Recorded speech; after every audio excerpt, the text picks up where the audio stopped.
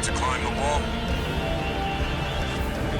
I'll synchronize with your greenlights and maintain contact to support you. Code 5, unaffiliated AC. Smash it up, tourist. I've got your back, buddy. Hope you've got mine. Whoever this is, it's not free.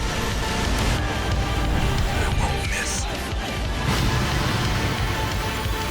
Impressive. Better than the other AC. My mission complete. Raven, we can still. Rubicon still needs me. So, buddy, who needs you?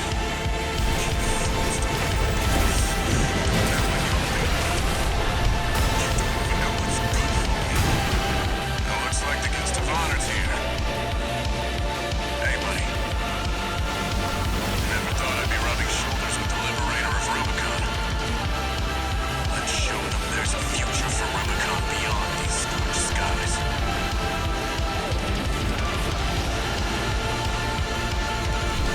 Repair kits remaining. AP at 50%. Finally dead, are you?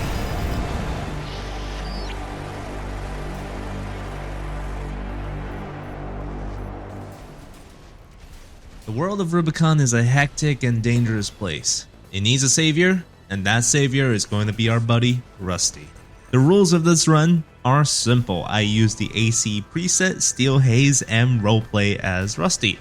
I won't be dropping any weapons until they run out of ammo to keep with the intentions of the preset. The sanity rule is that I'll try to choose options and branches of the story that the character Rusty themselves would use, but it's not required. Just before I begin, I just want to plug real quick that I'm running an arena preset tournament on September 30th. It's a fun little thing, and the winner gets $10 on Steam. The sign up and the rules are in the Flagfighters Hangar Bay Discord, so please join and help me figure out what is the best preset in the game. We'll start off by clearing and destroying the cannons, and then killing the Bomb Squad. These are easy missions that any basic AC should be able to clear with zero difficulties, although I feel as if Rusty's build is especially good at that. Mopping up enemy AIs is really smooth with the Steel Haze. Something about the efficiency of the small missile launchers killing MTs in one burst, and the burst rifle Rensetsu being able to two-shot small MTs. It feels really clean. This is an elegant build. We destroyed the test pilot with extreme prejudice and then claim his title as G13. And then after that, this is where it gets miserable. Armored Core 6 have these alternative missions after you clear the game for the first time. These alternative missions are usually harder than the original missions. In attacking the dam, the alternative path is to betray G4 and G5 and side with the Liberation Front. Rusty would obviously do this. The only problem is that Rusty runs a really lightweight build that kinda wants to be close range. And G4 has a Zimmerman and grenade launchers. I spent hours on his fight and I was devastated because G4 would just chain stagger me and blow me up. The only way I was able to get through this mission is by targeting G5 first and destroying him with a combo before G4 even shows up. And that's honestly very unreliable too, because G5 has a shield. That shield will slow the impact damage from your rifle and some machine gun, and also slow the damage from your melee combo. So I got pretty lucky this time and targeted G5 first, bring him down before G4 shows up. Then I brought G4 to a hostile area with a friendly tetrapod because the Liberation Front is on your side to finish him off. This was pre-assault rifle buff and it was a hell of a time. It really shows how lightweights in this game struggle against heavy tanks with good weapons, especially in PvP. I died so many times to this mission, and I honestly hope this wasn't a sign of things to come. The next mission we'll tackle is defeating the Strider. Rusty had to do this to keep his cover as an Arcubus goon. I totally didn't end one of my runs by being crushed by the leg. The eye is down and our reputation goes up. Now, time to climb the wall and meet our brother. This mission and boss was incredibly easy because it's almost as if this mission was designed for a reverse going hopper or something. I hop and I jump and I do massive damage to the boss with the laser slicer.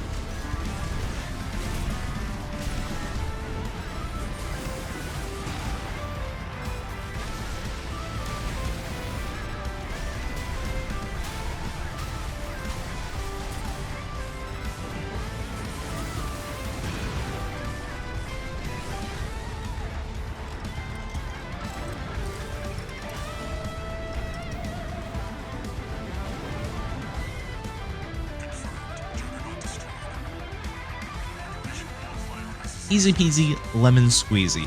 And boy, I hope we get to see that guy Rusty again. He's pretty cool or something. In the escort the helicopter mission, I was really hitting my stride with the steel haze. We've extracted combat vessel. But we're too late. Damn it. Not mess up. Heading to the last site. Just a little more, Raven. The coral wells are the Rubiconian's lifeline. He must have refused to talk. Everything is clicking together and it just works very well. The AoE is there, the mid-range is there with the newly buffed burst rifle, and the close range impact is also done by the Sampo machine gun. Everything works to bring the target to stagger, and then you hit them with the slicer combo. But for PvE, it's really nice to feel like you're just gliding through the missions, picking off everybody like an assassin. It makes me feel like I'm a ninja and I'm just spinning around throwing shurikens everywhere. It's very satisfying to play, and it's honestly giving me a lot of S ranks in the missions that I'm playing in. As a newly awakened member of the Steel Haze's awesome cult, I stormed the watch point and faced down Sula. Pitiful dog. I feel sorry for you. I really do. You may have survived a little longer. If you had a different master. Sula talked a lot of shit, but he was no match for my new understanding. G4 and G5 really taught me a lot about engaging enemy ACs, and compared to them, taking down Sula was like cutting into a slice of cheesecake. Rusty wastes no breath on a loser like Sula. We meet Ire and Rusty face off against Baltera. Let me tell you, it was magical. Steel Haze works amazingly against Baltera because it is fast enough to dodge most of the missiles with ease, and honestly with the stagger value that we're putting out with the Resident 2 and Shrimpo, we are burning through the pulse shield rather easily. Plus, with me running against Baltera so many times to test builds that I have, I already know how to dodge all of his attacks. The speed of the Steel Haze is more than enough to close in the gap and to dodge anything that the Baltera is throwing at us. And the laser slicer combo does a massive amount of damage to staggered Balteras, giving us an easy win.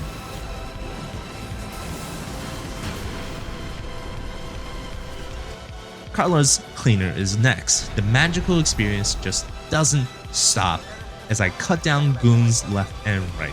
One thing that I noticed is that Rusty's build has almost instantaneous energy regeneration. As long as you manage your movement correctly, you won't ever stop. You know, unless you use the slicer. The slicer is the only thing in your arsenal that locks you into place, and thus should only really be used as a finishing move. It is one of the only melees that you can't boost out of the combo with. Like for example, you can mostly boost out of, let's say, the pulse blade. You can boost and out of, let's say, the stun baton or the laser dagger, but the laser slicer will lock you into a very long animation, and if you miss with any of the attacks, well, you're gonna get hit with a lot of stuff.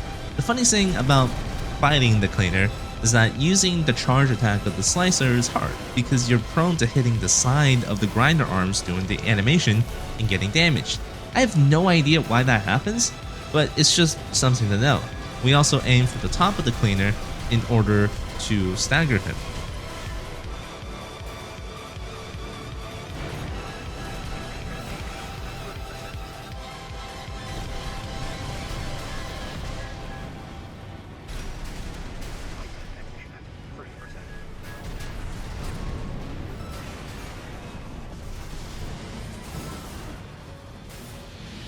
now that we've cleaned up the cleaner, and wonder what would happen if we go down the forbidden hot tub. The next important mission is versus the spider.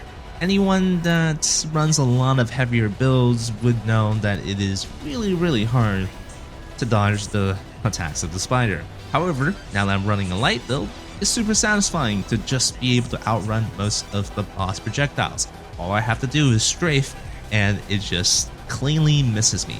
I'm always so worried that the laser is going to be hitting me that I spam quick boost with medium to heavy builds, but as a light build, it feels pretty good right now. I was always worried too that the rather light weaponry of the steel haze, well, is not going to be able to chew through the boss health bars, but surprisingly, because of the assault rifle's ammo efficiency, we bring a lot of DPS, and because of the assault armor and the laser slicer, we also bring a lot of burst.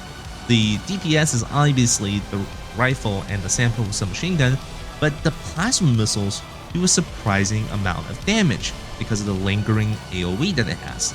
Often it's hitting for more than 1,400 damage on the bosses if it's like a slow boss and is staying around. The spider has been squashed, and Rusty moves on to the other side of the planet to meet the PCA.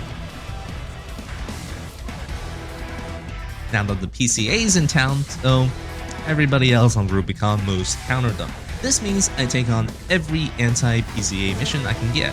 We hit the field base and take out their hit squad, becoming an advertisement for Arcubus. However, it also means that during the chaos, we can take the opportunity to take out key targets for the Liberation Front. Rusty is of course aiming for Rubicon's liberation, so of course he's not going to take Schweinberg's bribe. The PCHC is a bit of a different issue though. It's got a heavy laser sword that's able to stagger me in one hit. Training with G4 and G5 has prepared me against overwhelming odds, so I take advantage of the fact that the HC has a small stagger bar if the shield isn't up. So that is the perfect opportunity to hit it and destroy it with some kicks and melee. The other two goons aren't too much of a match to me now that their boss is dead. We surveyed the forgotten city of Xylem and take on the helicopter, so I guess that really means that Rusty's build can't be filtered. The Cataphract, though, is a different story. This beast of a tank is capable of speed and firepower. All it has to do is keep driving around me and hit me with its huge arsenal. A lot of times, I'm feeling like the laser slicer isn't able to stay on target during the entire combo, just like when I was fighting the cleaner. It is almost impossible too to dodge the scatter laser attack at mid-range, or at least I really couldn't. The only way that I dodged it was to get up really close to it and then boost at the treads while the laser was firing. This fight is a little bit frustrating, but there is a way to do the mission. Now, the way to do the mission with Rusty's build is to get lucky and stay long range enough to bait out the single laser. I'm not sure what triggers the single laser, but the Cataphract has two lasers that it will use. One is the long-range single laser attack, and the other is the scatter laser attack. I got pretty lucky because the Cataphract was spamming single long laser attacks, which you can dodge pretty easily. This allowed me to get in closer and do a really nice laser slicer combo into assault armor. That takes care of the Cataphract. After the Cataphract, we attack the Spaceport to destroy the PCA's last hope. Their fleet will be decimated by the power of the Rensetsu burst rifle.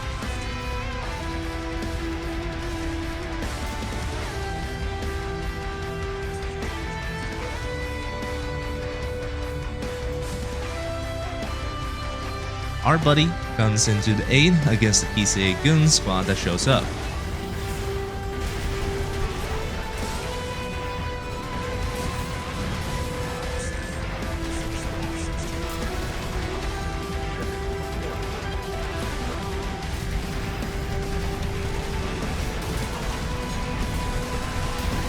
Rusty finishes the fight off with a combo of his own, and the Worm also shows up. It does a whole lot of nothing though, but scares every other character in the story. Now we tackle the dam against King, Omber Ox, and of course Raven.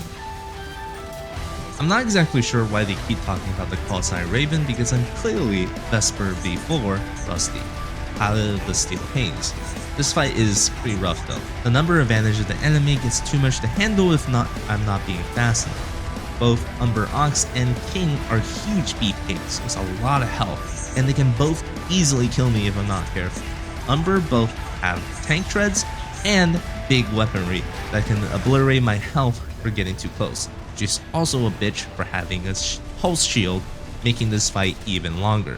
King also has a shield and heavy stagger weapons, which can buy him time until Raven shows up. He also has the counter assault armor, which is really annoying. It's a really tough fight, and I have learned to prioritize Umber because if you don't keep the focus on her, the explosives she brings to the field will obliterate me. King is also really good, but he does take a little bit longer to kill you. Unlike in the G4 and G5 fight, this time I have to focus on the tank. The most important ability in this fight is the ability to dodge the earshot cannon. If you do not dodge Umber Ox's earshot cannon, you are dead. You are gone. You are fucking zeroed out. Finally, I managed to take down Umber before King was able to reinforce. The Liberation Front's MT was actually doing their jobs and distracting. And then I got lucky with King 2 in this fight because he decided not to use his shield until the very last moments before his death. This allowed me to combo him with one more health kit remaining for Raven. Then it's a duel to the death.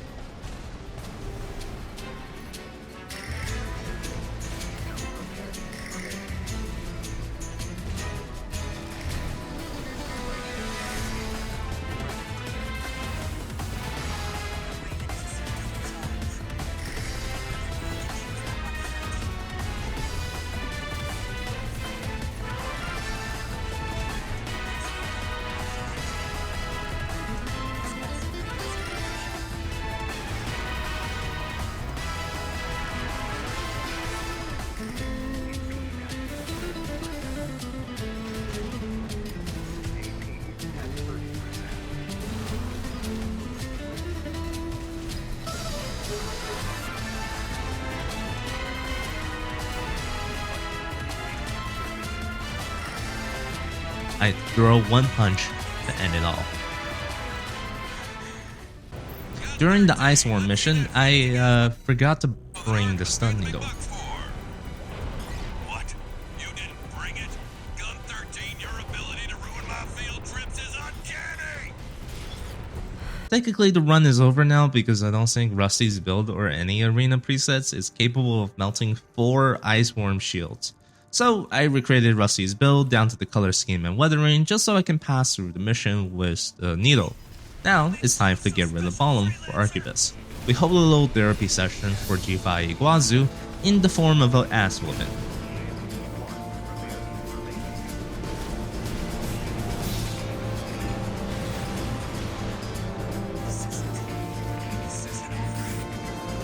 Then comes the Enforcer, which I would have killed the first time if I used my repair kit.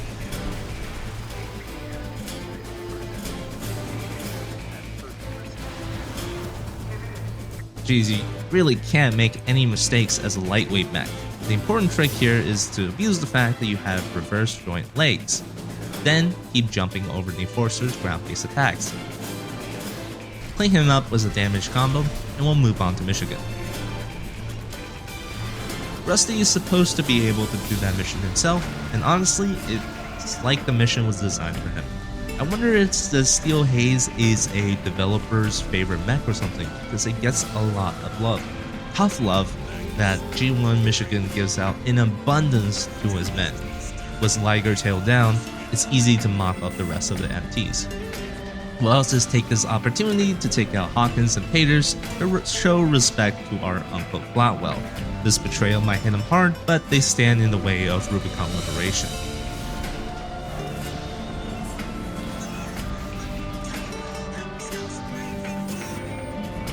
The next mission is a treat. It's a fight versus your brother. Rusty versus Rusty. This is truly the man versus self literary trope at work. This is a penultimate part of the entire saga, a true battle of the ages where siblings must duel to determine their heir to their name. Rusty versus Rusty. This is where we learn to overcome ourselves. Rusty, you're good. And that's not the only thing that makes you a threat. 2 repair kits remaining.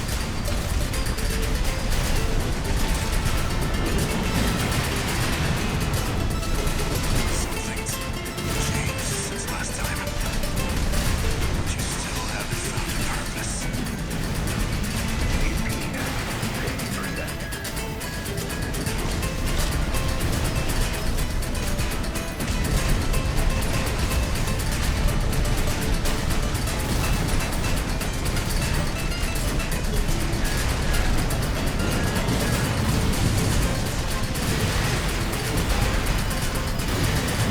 No repair kits remaining. My AC can't take much more. Get out of here, Flatwell. Still have work to do.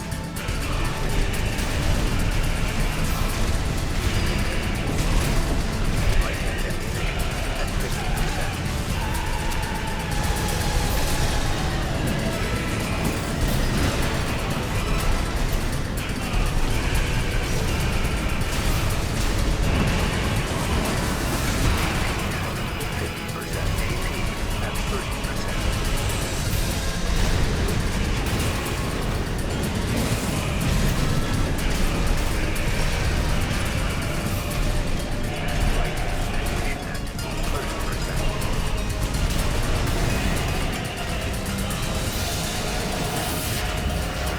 Both of our mechs are destroyed in the ensuing battle, and it's time Never for fail to upgrade. impress. Get ready, 621. But oh yeah, before we get the One more upgrade, job for we'll you. need to take care of Ibis. Now, this isn't a particularly hard fight for Steel Haze. As you can see, we can dodge almost all of its projectiles just by moving. That's the beauty of a lightweight build, baby. And plus, with the amount of damage that we can put out, Ibis has almost no chance. We have a lot of good sustaining stagger in range, so we will be able to poke at it with the assault rifle and close in with the laser cutter. Smack. Pretty standard affair, and honestly, post-nerf Ibis is an absolute breeze. It just so happens though that I still can't really dodge that last wave attack that she does. But otherwise, an easy fight for Rusty V.IV. Last fight, hopefully, for the Steel Haze. It's gonna blow. Get out of there, 621. Introducing the Steel Haze Orsos. It fucking sucks. Not only does it have a worse speed due to a worse booster than the Steel Haze, it also lacks the vertical movement that you get from reverse joint legs. The weapon combo is also worse. You don't have the quick mob clearing with the burst rifle and plasma missiles anymore. Instead, you have chronos and gun drones, which are situational as fuck and awkward to use in PvE. The Steel Haze OG benefited a lot from being on the move and never slowing down to deal its damage. The Orthos has to stop so much to fire the Chronos or to do the slicer attack. This gets me hit a lot.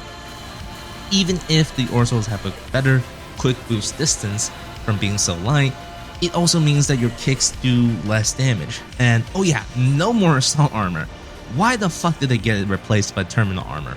Oh, and one more thing, this build has the worst FCS for missile lock, which means that the terminals on the back slow lock.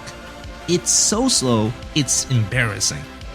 The build is god awful, and I barely beat Snail and Carla using this build. It was really sad to see that such a cool looking mech performs so badly, because while the Steel Haze is smooth, the Orthos is like chunky peanut butter. Not my style at all. And oh yeah, I gave up on this when it came to Snail Balteras. It is extremely hard to wear down the shield of Snail Balteras with the weapons on the Orthos, and I wouldn't have ammo for the gun drone anymore for the entire boss fight. I would just run out during the halfway point. Actually, switch back to the Steel Haze OG just so I could beat Snail. The OG had overall better damage, mobility, and range. And even as I switched back to Steel Haze, it wasn't an easy fight. The second phase is extremely bullshit with its laser Beyblade move. Plus, I had to listen to Snail's pompous ass dialogue like 23 times. Nothing made me rage more in this game than watching Snail prattle about fucking nothing while making me dodge 6 billion shots. Fuck you, Snail. Seriously, I'll beat you with my working man's rifle. 23 deaths to the shitty boss and a little teleportation at the end just to push me off of his corpse. I am of the opinion that the only reason Rusty died in this mission at the end was because he was given the orthos. If he had the original Steel Haze, he would have been able to kill all those ships so much easier. And it's finally time for the final boss to avenge Rusty. One final fight against Walter.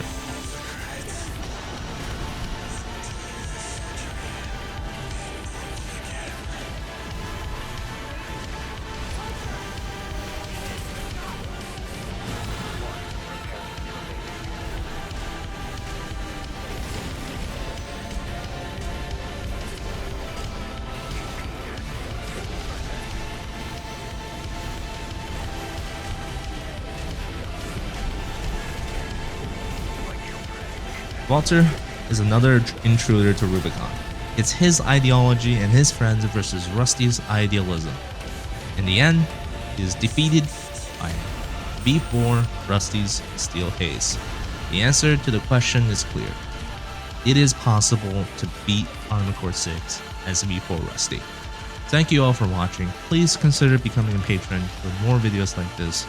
Get some water, touch some grass, and I'll see you next time.